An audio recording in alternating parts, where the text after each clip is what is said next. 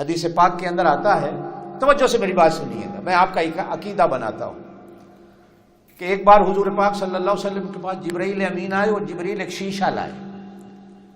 شیشے کے اندر ایک کالا داغ تھا.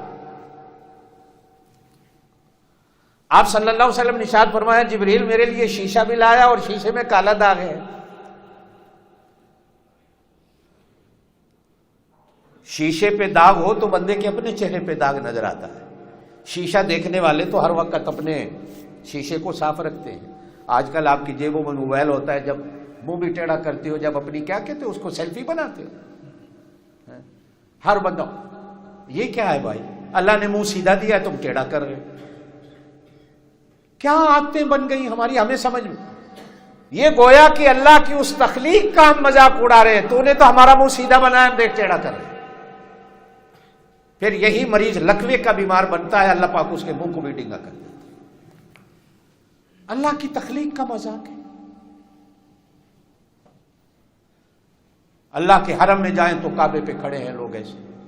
خدا کے بندو، یہاں تو کعبے کی طرف دیکھنا منع ہوتا ہے طواف کرتے وقت، اس لیے کہ طواف نماز کی جگہ پہ ہے. نماز میں نیچے دیکھتے ہو، طواف میں نیچے دیکھو. کعبے کو بھی دیکھنے کی اجازت نہیں، لیکن وہ کھڑا، احرام بھی باندھا ہوا.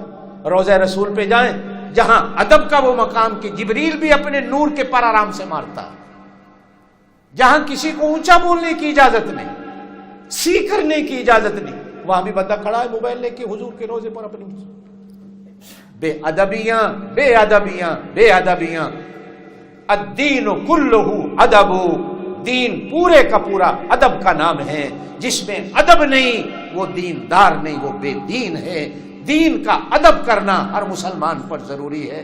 مسلمانوں آج ہم سارے بے ادب ہو گئے.